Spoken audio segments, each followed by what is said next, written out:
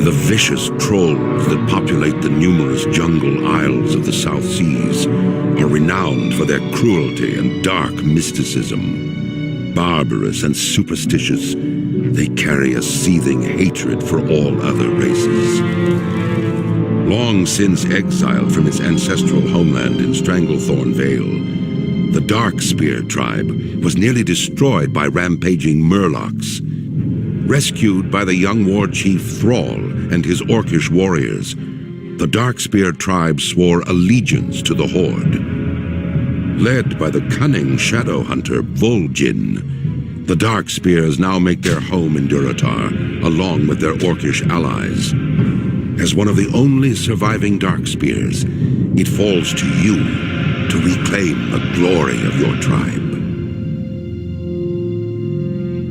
Class we're about to talk about today, Mage, they were pretty, decent, or more than decent in vanilla as well. There weren't a lot of complaints about mages, but there were a couple that we'll get to. But, we've covered the quote-unquote perfect class in Warriors, so we'll see how we go from here. Now, Kevin, I'll start out how we started out last time. Oh, sorry, and I've been so rude not to introduce. We've got a lurker in the background, and we're going to try and do this for every call, because I want someone who's played the class as a bit of backup for me if Kevin says something that obviously a class veteran wants to jump in on and question him further about. I've got show regular now, Viv, in the background there. How are you, mate? Really good. I was just considering whether I rolled extremely well on my stealth check or something there for just that, yeah, you hear that rogue stealth noise in the background. All right. So Viv will be here to, as I say, sort of watch my back and jump in if something Kevin says really warrants some class mastery, someone who's got a bit of class mastery behind them to question him further on. But Kevin, let's start with this like we did last time. Mages. Were you happy or not overall with the class in vanilla? Absolutely. I think that the mage did really well in terms of satisfying the class fantasy, being powerful in all areas of the game, and incidentally is one of the classes I played to max level throughout my time at Blizzard. I had two characters essentially that I kept max level. One of them was the Undead Mage. So I have a lot of play experience online. I have play experience with all of them naturally because of the testing constantly, but in terms of thorough live play experience, Mage is one of the ones I had the most experience with. So, If I can follow up and just say, out of interest and just to be a bit cheeky, obviously you've played them all considering you were designing the classes, but what's the one class that you easily played the least that people can have a bit of fun poking fun at you at for being perhaps a little bit undertouched? None of the 9. I won't admit to any of those, but I was there for the creation of the Death Knight. I did not create the Death Knight, and I didn't play it very much. So what I did play, I had obviously a list of things I would have liked to improved upon, things I didn't particularly like. But yeah, you'll never catch me admitting to any of my 9 children. And real quick, or people will kill me. Just succinctly, what did you hate about Death Knights? I didn't think his rune system worked very well. It was overly complex and cumbersome. Didn't allow for enough freedom of play. And I'll give you an example of, a different system was the rogues. When we started out with the rogue, it was clear we wanted to do a combo system. And if you remember from Dark Age of Camelot, the combo systems were linked really specifically. You did this one, and then that was a lead for the second one, and then that was a lead for a third one. And in some case, they had 4 move chains, and you had to do them in that specific order. And on top of that, some of them had facing requirements as well. So to us, that felt too restrictive. We really wanted the WoW rogue combat system to be much more flexible. So we broke it down into 2 types of things: combo point moves and finishing moves. And that was it. And that creates a freedom of play so that you have a sort of a canvas in which to create your combos. We'll talk a lot more about that in the rogue. So that's one of the things I didn't like about him. It was too awkward. I was just going to quickly say, I always wondered why no other games after WoW used that combo system, because I've played games that came out after WoW that used the kind of restrictive one that you're talking about, where it's like one ability, then another ability, then another ability. Right. Why is it, do you think, that no other games have it's interesting. Like picked up?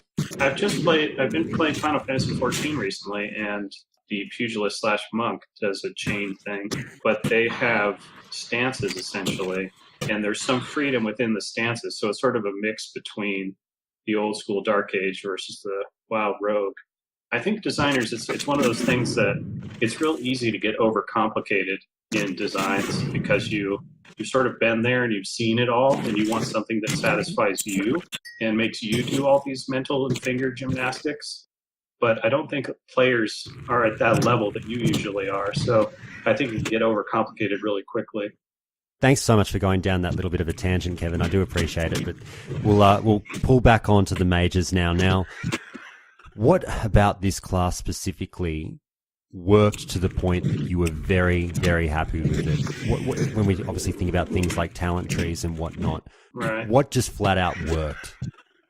I think the fantasies worked pretty well. I think Fire Mage specifically felt super powerful, felt like really big damage, had the biggest, damaging spells in terms of one-shot POW with the Pyroblast crits, and it felt very explosive, very volatile. Frost Mages felt very much like a control class, like it slowed, it rooted, it had a lot of defensive abilities that made you feel like it would slow opponents and things like that, again, adding to that sense of control. And then Arcane was sort of the utility tree, in that you felt like you had this weird toolbox, to do all kinds of different things. So I think those class fantasies and the spec fantasies also all worked pretty well. And also just had some individual spells that were really, really high performing in that respect, which we'll touch on later. Mm. And in saying that, what didn't work? Were there any particular trees that you thought like, oh God, we kind of messed that one up? Yeah, Arcane didn't function well enough in terms of damage performance. It was the utility tree, which was really nice. It was sort of the secondary spec for the other two trees. At the time, there was, in vanilla, there was very little reason to cross over Frost and Fire. So most people were Frost/Arcane or Fire/Arcane. In some Besides the elemental spec for PvP. Yeah, the elemental spec for PvP, and then later on in Burning Crusade, we sort of addressed that with Frostfire, and we created more combinations intentionally for those two trees. But early on, the standard specs, sort of ignored the other elemental and went straight for Arcane. But yeah, in terms of performance, a lot of that came down to Arcane missiles being really, it was sort of a Frankenstein spell internally. We didn't have a great tech, so that to make it really seamless or to do all the design things that we wanted to do with it. So you had to pay the full mana cost up front, and then it was really finicky and it would cancel a lot of times. You'd lose a missile here, or if you had to move, it would cancel the whole spell and you'd lose the rest of the investment. So what we wanted was an ability to just turn this on and channel it, and then every time a missile shot out, you pay for the mana cost. Speaking of arcane missiles, there's something I've been wondering for a long time, and I know my buddy Ale probably wonders this too. Basically, how like you could start casting arcane missiles and then people would run away and it would stay casting on them no matter where they went, like even if they line of sight there. Like, was that intentional, and was that like intentionally changed later because of that, or like what's the situation with that? That was essentially a concession we made because of the problematic nature of the internal tech. Like if we'd been able to get the version we wanted, which was, every second fire out a missile and pay for the mana cost for that one missile, then we wouldn't have done that. But because you had to pay for the entire thing up front, and it was so finicky, and people could potentially just run away, we were like, well, let's let this slide so that people can more frequently get value out of their arcane missiles cast. So yeah, it's one of those things where it's like, it's really wonky, and it also seems like the natural thing to do to get away from an arcane mage.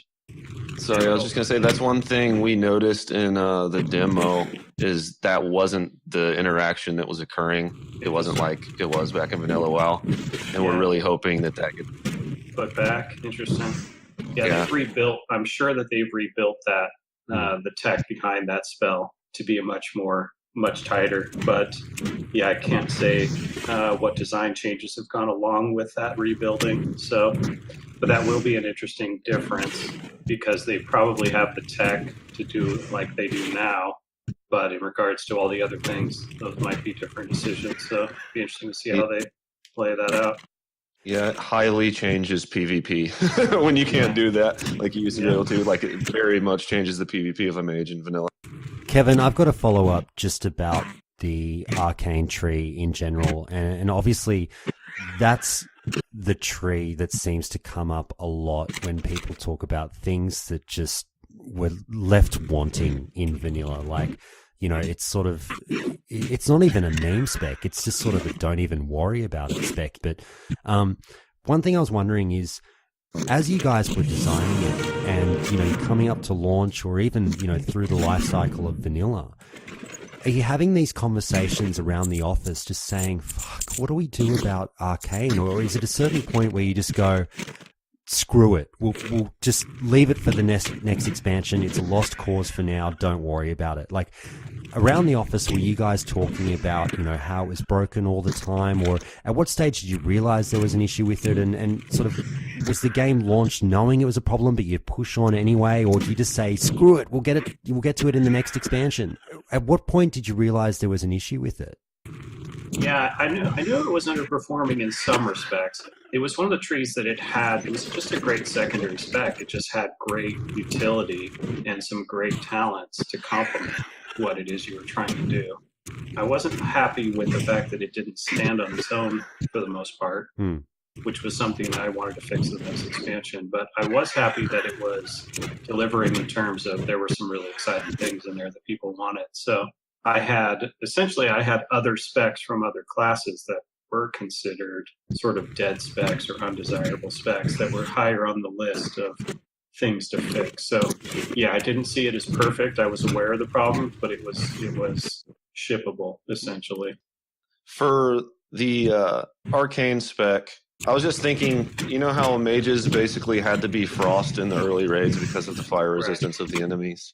Did you intend basically when you were designing mages to have arcane be like the other option in like Molten Core, for instance, and it just didn't work out because the spec wasn't really quite there, or Yes, did you kind of just expect frost to be the thing? We always considered him to be a 3 damage source class. So he was going to be flexible in terms of what kind of damage he could bring. The math didn't always support that in reality, but that was the intention. Also, the intention was that fire mages be able to go through Molten Core. And most of the fights, there is no fire resistance on the bosses themselves, but there are a few in there. And that makes it difficult for the fire mages, but not impossible. But the intention, again, with heavily themed elemental dungeons was never to eliminate a spec, never make it so that, like, we didn't use immunities for the most part, and we never wanted a spec to just be not something you would take. Again, math didn't necessarily support that perfectly, but that was the intent. So even if there were resistances on a boss, you could debuff the resistance and get back to using the fire spec, or with spell penetration down the road. So that was the hope. But yeah, again, math didn't always support that intent. Kevin, in terms of the abilities and talents at the disposal of the mage, you mentioned that you spent a bit of time with the class. Were there any that you particularly enjoyed or that you were particularly proud of in their design? Yes. Polymorph was a great one. Lots of games had used crowd control in the past, but what we did with Polymorph I thought really worked because it transformed the target into a different creature. So it was real easy to spot visually that this thing is something that's been crowd controlled and you shouldn't attack it, rather than floating Z's above the head, which is something we did in Alpha. We had a sleep spell. So that worked really well. It also gave us a cool cosmetic to play with, to give players alternate, things you could transform opponents into or targets into, which was really cool. Another thing I loved, of course, was Blink. That was another one of those movement powers that it was super buggy, just like Charge had problems with, but was such a fun spell. I loved Blink, but I have a question about Polymorph, if you don't mind. Yeah. Back in vanilla, especially before there were diminishing returns on abilities, and if you got the Hydrocane from, Nomergon, I guess? I don't remember. It was a long time ago. The one that lets you breathe underwater. Mm-hmm. Right. You could, as a mage, you could kind of like hide underwater and wait for people to swim over top of you and polymorph them to death. Because when you polymorph someone, it like made them swim straight down. Right. Did you guys notice that interaction in advance, or was that something that caught you by surprise? Didn't expect it, but didn't mind it. I liked it a lot. The same reason I liked, once flying mounts were in, which I didn't like. And I did like that, with Palm Polymorph, you could leap off your flying mount and get someone in their mount. Yeah, I love Palm Polymorph. So. Yeah, Palm Polymorph was awesome in Warstone Gulch when you could just you'd be running the flag and then you just jump, spin around and Palm Polymorph someone and spin back around there and keep running. It was great. So kudos for that design for sure. Right. Now, Kevin, any abilities or talents that you weren't particularly happy with that you wish you could go back and give a bit more attention to? Yeah, I wasn't happy with Amplify Magic and Dampen Magic. I've mentioned this, I think, previously, maybe on this show. But yeah, those two spells just didn't... I don't even want to say they were okay in concept because, looking back, I even see problems with the concept. So I thought it was an interesting idea, but it didn't actually play out. And I would have enjoyed, or I would have preferred to have just saved those slots for something more interesting, more compelling. The thing is, though, I've heard you say that multiple times, and while I kind of agree, they're kind of one-dimensional abilities or whatever, at the same time, I always used them. As a mage, if I was solo or whatever, PvPing or something, I would always use Dampen Magic. And if I was in a group situation and there was no magic damage being taken, then I would throw Amplify Magic on the tank, stuff like that. It felt useful, but it did feel kind of one-dimensional. I get what you're saying. Yeah, I use them as well, and that's sort of what prolonged their life is because, I'm still pushing the button, but they just didn't feel very powerful. They didn't feel powerful. A lot of times they didn't feel usable. There was nothing all that exciting about them. So it just, they weren't satisfying a lot of what I consider the barriers to entry to get into the game. So, Kevin, what things were suggested for the class either by yourself or others that didn't make the cut for vanilla? We've talked about the buffet or the spell that you mentioned the first time you were on the show. Yes, Hero's Feast, yeah. Let's see, we had Chains of Ice early on. That was a root spell, essentially, that had the same duration in numbers as Polymorph. That was our sort of early crowd control for the class, but we ended up with Polymorph, which I considered quite a lot better, and replaced it. We had Dwarf Mages back then, too. That was funny. Well, that didn't make the cut. It's funny you mentioned that because that was a listener question, and I guess we can just dive into it very, very quickly now because a listener, Peanut, just said, why were dwarves not mages? The blink icon has a dwarf in it. Right. Yeah, that came back to sort of it's the reason why there were no human hunters. I felt like each race, in order to be unique, couldn't be too many classes. It had to be it needed a minimum and it needed a maximum in order to create an identity of what this race is about. So in trying to achieve that, dwarves were cut, essentially. So I think we started with whatever made sense thematically, and then from there, I sort of whittled it down to what I felt was going to be the thing that made the identity of each of the races really strong. So I have another question kind of about abilities that were cut. I noticed, because I'm a giant Dungeons and Dragons nerd as well, right. And I noticed a lot of the abilities, especially for Mage, are kind of thematically similar to. I mean, it's kind of hard to get away from being thematically similar to Dungeons and Dragons because everything's inspired by it pretty much. But there's conjure food and water, polymorph, all this kind of stuff. Slow fall. Did you take direct inspiration from Dungeons and Dragons? And if so, were there any other abilities from Dungeons and Dragons that you tried out on the Mage? On the Mage, in Hero's Feast we mentioned earlier was direct rip from what is it? That's what made me think of it. And on the Priest we had the words, the power words essentially.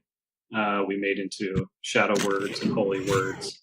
On the Mage, counter spell for sure. That was in the game though, thankfully, because that was a great ability. Yeah, mirror image eventually. Did you try that out in vanilla? Mirror image? I remember wanting to, and I think we put together some prototypes, but it didn't quite work how we wanted it to. So, but yeah, I've always been a huge fan of that spell.